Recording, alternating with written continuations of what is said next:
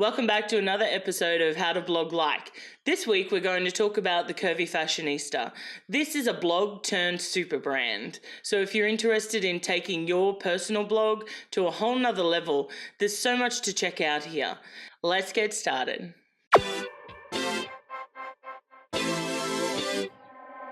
got a summer of the kind of movie love, hoping for some more. When we take a look at the Curvy Fashionista website, you can see that professional magazine look about it. There's a lot of emphasis on having the most number of articles on the home page, as well as lots of options to dive deeper into content and really check out all of what the site has to offer. So you access fashion, you can access lifestyle, and all of them have their own sections on the website where you can click through and visit the section that you're interested in. This is something that magazines like Vogue and Harper's Bazaar, they utilize on their homepage, and blogs turned sort of content creators like Man Repeller, they do the same thing. The whole idea, I guess, is to just have the reader captured if they happen to land on that front page and send them into the website. The individual pages are laid out beautifully and it's easy to navigate. Again, that menu is front and center. The branding is all there.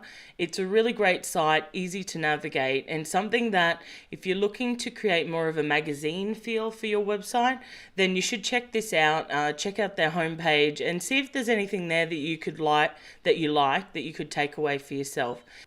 Next up, we're going to check out the Facebook page. Now, as we're seeing more and more with the bloggers that we're talking about, Facebook really hasn't been a high priority for these pages. So the Curvy Fashionista has over 500,000 people in their Facebook community. But again, we're not seeing huge rates of engagement. We're not seeing a lot of interest happening. Now, this could be because there is actually a community group involved with this page. So perhaps a lot of the readers are heading into there to interact with the brand and hold these conversations and things like this. But again, it's one of those underutilized resources. And for me, I think this happened a lot when Facebook changed their algorithm and everyone got so concerned about pay to play and all that sort of stuff. A lot of people walked away from these massive communities where they have an opportunity to not only talk to their community but promote their brand, just because it became sort of too hard. And now I don't want to say that that's what's happening here, because this is a huge blog and a huge brand that has a lot of things going on. But again, Facebook seems to have become a lesser priority over things like Instagram and YouTube. And I do think that that's directly related to that reach on Facebook and people just really struggling to feel like they got their message out. Having 500,000 people there, I think there's still a way to communicate using those 500,000 people. There's a real opportunity here to not only utilize that community page and the group, but to utilize the actual Facebook page to start a conversation there. And it does happen. Like, there are some posts that people get on board with and they're sharing and having a conversation with. But I do think there's a lot of room for growth there in terms of actually having sort of conversation. All bloggers are guilty of it. I do it on my page and I have to really rein myself in sometimes and just be like, I have to stop just flogging posts and stuff like that and put up stuff that's fun or entertaining for no other reason than it's fun or entertaining. Facebook is definitely something that is being underutilized, not only by the Curvy Fashionista, but a lot of fashion bloggers. And I do think it just came down to that fact that people are annoyed that Facebook changed their algorithm and was asking to pay and stuff like that. When it comes to Instagram, this is another blogger that has two operating Instagrams, so their own personal Instagram and then a branded content Instagram. So there's the personal page of the creator and founder, and then there's the Curvy Fashionista page. Now, in neither of these are overly curated Instagrams. I feel that it definitely reflects a lot of a personal brand.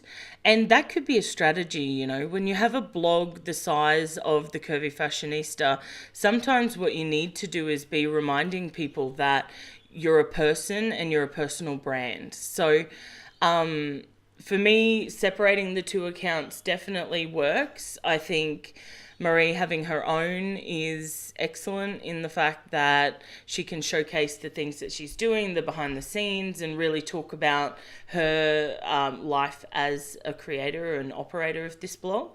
And I do think there's a great opportunity there to be showcasing more of the actual blog content on the Instagram. When they're running all these sort of things, there's a real opportunity there to not only have content that they've created themselves, but to be taking content generated by other users and people participating in their community and showcasing it on that community page.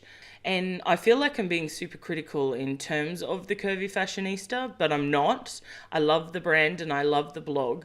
And I'm just trying to find ways to actually help you guys to grow what you're doing as bloggers, especially as plus size lifestyle bloggers. And I think the thing to take away from here is things like quotes and filling spaces with alternate patterns and stuff like that. That was things that definitely worked about 18 months, 2 years ago. People were really into the quotes. But since we've had some troubles with the hashtags and the shadow ban and stuff like that, the hashtags around the quotes and the inspirational quotes, they're just not returning the sort of interest that they used to have. In terms of plus size fashion and lifestyle blogging, you're way better off having yourself in the picture, having an outfit in the picture, having a flat lay of some description, a group shot, or something more personal. If you are going to use quotes, and it's something that I still use on my page, make them rather than a text file, some sort of image. So a framed poster or graffiti on the wall or something like that that starts to... It sort of next levels the quote, but it also looks good in your grid. Okay, the last platform I'm going to look at for the Curvy Fashionista is her YouTube channel. Now, just like a lot of us at the moment, I really feel like this is somewhere that Marie is starting to put a bit of her focus. So videos are coming out more regularly, we're getting more content here, and I just feel like it's definitely being stepped up. Now, this is something that has been on the Curvy Fashionista radar for a while. You can go back. There's a number of videos. I think there's 60 or something videos. There's definitely scaling up of the efforts there. And I feel like that's such a reflection of how content focused and video content focused the internet is becoming.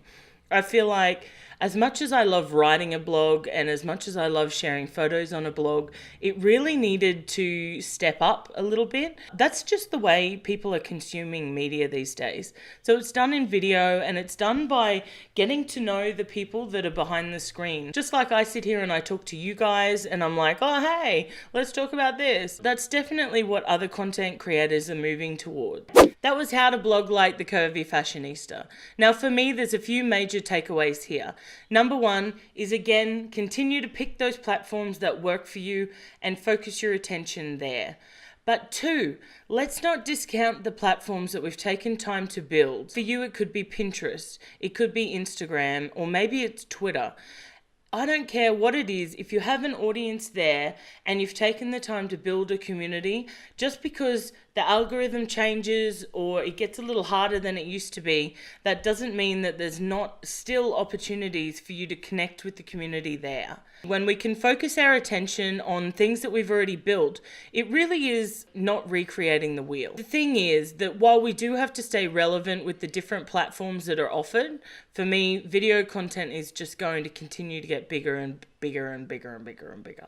It's important not to neglect those communities that we've already built. I know Facebook is a giant pain in the ass, don't get me wrong, but at the same time, why throw away the work that you've already built rather than investigate some ways to really utilize the community that you already have there. Another takeaway that I want to leave you with in terms of how to blog like the Curvy Fashionista is not to be afraid to bring in a guest post or an extra author or a little bit of help. Because even though I didn't talk about this a lot in the website section, this is something that has definitely helped this brand grow from a blog to a brand. By being able to incorporate numerous voices, not only can you generate more content, but you can deliver it on a higher level because you're not so spread thin. The easiest way for a blogger to do that is to reach out in like-minded groups, think Facebook communities, on Twitter, places like that, and really call out for fellow bloggers who wish to contribute to your site, or writers who want to place an article. Now, I say that with a word of caution that there will be plenty of SEO hopefuls out there who want a space on your blog just to incorporate affiliate or other client links. I'm not talking about those people. They'll never offer you anything really of value. The people I'm talking about is other writers. Perhaps you can interview someone for your website. Just think of different ways, in the same way that a magazine incorporates freelance writers. Is there someone that you know who could offer a unique perspective for your website? And last but not least, don't be afraid to still be personal as your blog gets bigger. Now, this is something that I've struggled with on and off. My audience size has gone up, it's gone down, it's gone sideways, it's gone wherever. But over the years, the larger it got, I found it harder and harder to just express the things that just came naturally to me to express. The way that people weigh in on your life and comment, and one time I posted a photo of my cousin who was super pregnant, and we had her lay on her side, which was how she was laying for 90% of the time, and she didn't even look pregnant. When we rolled her over onto her back, she had this giant mound of a belly. Now, immediately people felt that they needed to remind us that it's not good for her to be doing that. That's when, as a blogger, when your platform's growing, it can be really difficult to continue to share in the same way that you did before. And I do feel like Marie is a perfect example of how to overcome this and still operate in a really personable way, but without losing that I'm a brand now too sort of killer vibe. They're my main takeaways from this. I hope you enjoyed this episode. If you did, please give it a thumbs up. And if you have a blogger that you'd like me to feature next, please leave them in the comments.